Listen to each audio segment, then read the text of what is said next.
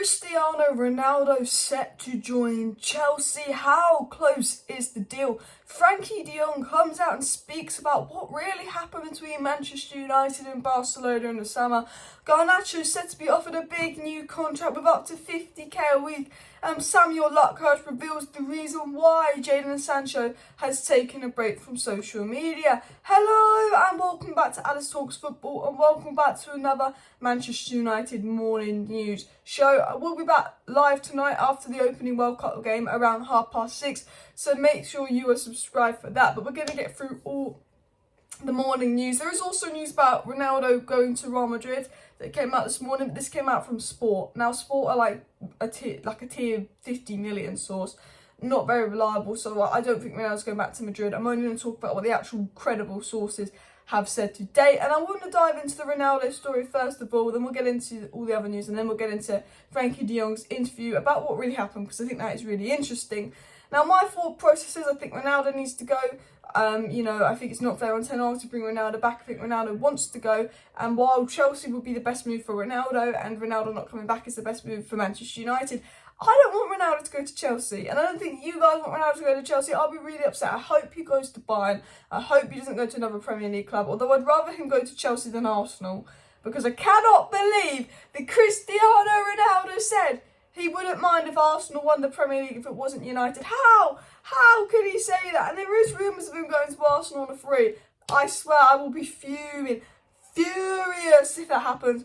Furious. And I do apologise if there's background noise, because the one time I try and record someone in the background is making fucking noise.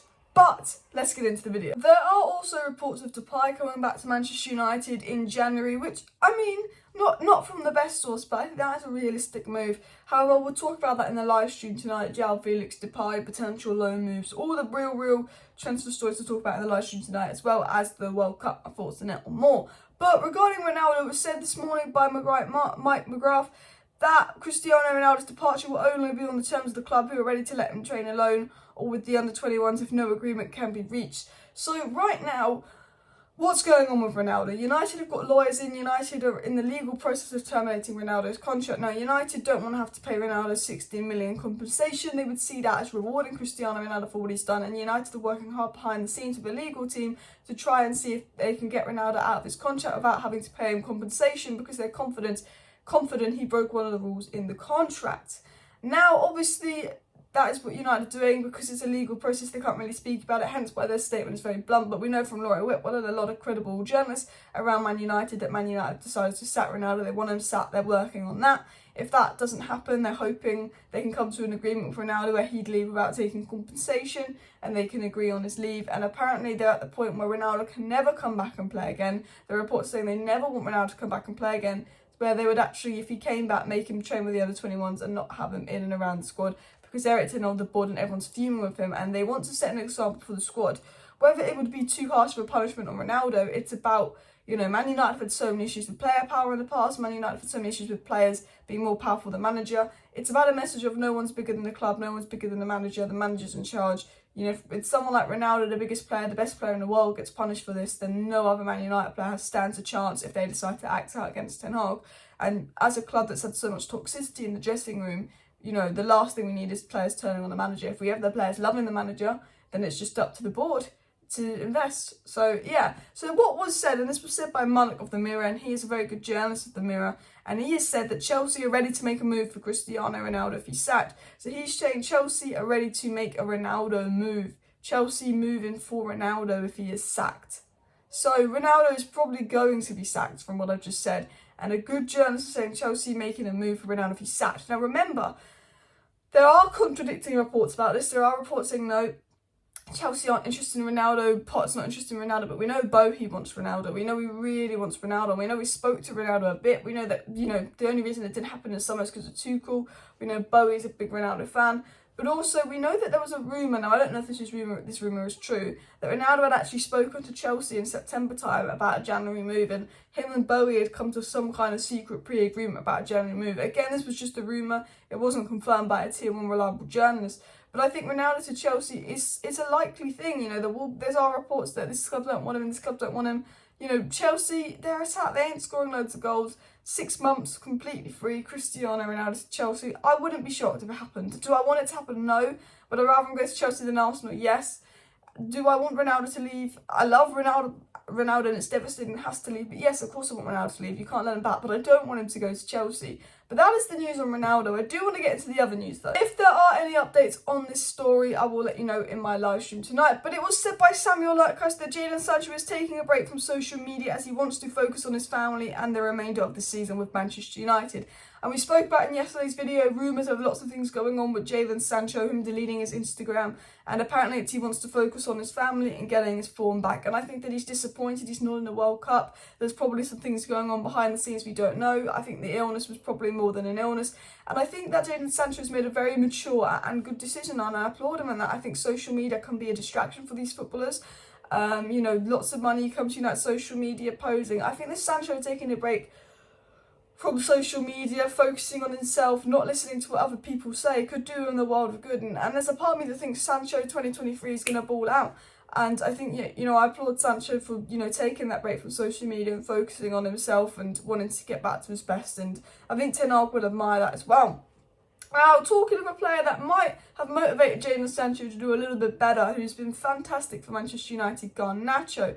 It was said that Alejandro Garnacho was close to landing a new 5-year contract at Manchester United. His salary will increase from $5,000 a week to $50,000 a week. The United hierarchy are optimistic the deal will be successfully completed before the end of the year. Now, obviously, reports say that he would start on 35k, raising to 50 grand. Now, my first thought process is Man United, here we go again. Giving a youngster that's started 4 games, 50 grand a week to play for Manchester United. Great, because that's what we do. And then they go off track and they spend all their money on crap, and they've got all this money and they think they've made it, and they act badly. And I don't think it's sensible to be giving Garnacho 50k a year at 18 years of age. You know, we gave Greenwood loads of money, Brandon Williams loads of money. We give everyone loads of money. But at the same time, the United have to, because you get Juventuses and Barcelonas and all these other academies who are going to offer him 50 grand a year to come over there. So it's like you have to, because you need him to sign the contract. And sadly, there's so much money in football that other clubs would offer him 50k a year. You know, United obviously starting at 35 grand. Ten Hag's a strict manager. I think he will be on track. And I think Garnacho deserves a new contract. And I think with Garnacho, he'll make it to the very top if he can keep his head down, keep concentrated and focus on football. He's an absolutely fantastic player. He's brilliant. I think he deserves a new contract. We need him at the club. He is the future, but I think it's ridiculous amount of money, isn't it, people? Now, Frankie de Jong has done an interview where he's revealed what really went down in the summer at Barcelona. And I think this is interesting, and this makes Barcelona look just shambolic, but also it's a bit embarrassing for Manchester United. Frankie de Jong said, I blame these people, talking about the people at Barcelona that wanted him out. But I have nothing to do with them. Yes, they are Barca for me because they lead the club, but I don't see them when I'm at the club. I have nothing to do with them in my daily life. AKA, he's basically saying the Barcelona board's a bit like the Man United board. But he doesn't like how the Barcelona board were forcing him out, but he doesn't see or speak to the Barcelona board. He doesn't know them. It's like the Man United board forcing Ronaldo out. He doesn't see them, doesn't speak to them, doesn't know them. Ronaldo said he hasn't spoken to the Glazers. Frankie de Jong said he was being forced out by the Barcelona board. He said, one day a paper published details from my contract. I didn't leak it, and the only other party that knew about, and only one other party knew about this, so it had to be the club that did this. So Barcelona then came out and leaked details of his contract, how his contract was under the previous owners, like, you know, his deferred wages and everything. And de Jong was fuming. Not only did they try and force him out of the club, but they leaked details of his contract. Frankie said, suddenly there was a letter in which the question was asked whether my contract was still valid because the previous president made the contract. I found it very annoying that the club did this, but I had no further influence on things. And that is just shambolic behaviour from Barcelona. The thing is, Barcelona and Man United have the worst boards, presidents, all of that in football. We don't have a president, but you know what I mean. We have the worst owners in football, but the difference between United and Barcelona is Barcelona actually want to win games and spend money to win games. They just have no fucking morals and are just really disrespectful and awful. Man United don't actually care. They only care about making money.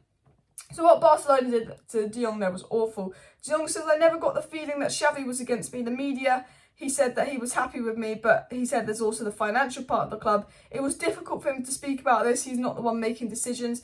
De Jong said he left the possibility of my departure open as he can never come out and say Frankie's staying them out of the financial situation, but I don't blame him. So he's saying he doesn't put the blame on Xavi, he puts the blame on the board.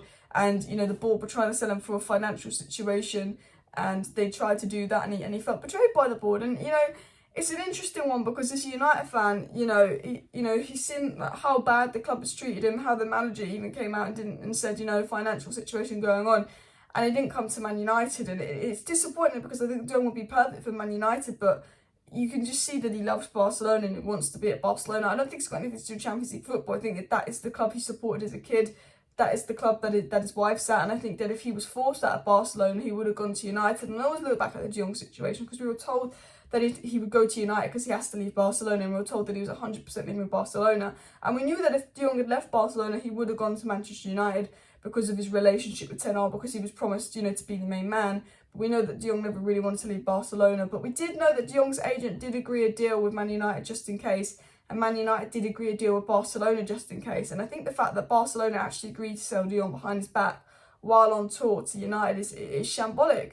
When I actually look at it, I go, United and mugs for going over to Barcelona. But, to be fair to De Jong, Barcelona agreed a deal with United. His agent just agreed the wages just in case. And everything was put in place in case Barcelona wouldn't let him stay. And in the end, Barca let him stay. But, that De Jong thing, I'm glad it's all over. And it's a shame that we didn't get him. And I have a feeling it's going to be back on next summer because United's priority is a striker and a box-to-box midfielder next summer, as well as a backup right back. So we'll have to wait and see. But guys, I'm going to be live tonight to discuss this, discuss the World Cup, discuss more. I like my live streams at the moment because I think even though there's less news, I'm going to use my live streams to discuss World Cup and general football and talk with you guys and stuff. So make sure you're back tonight for my live. Thank you for watching, people. See you next time. Subscribe, share. Bye.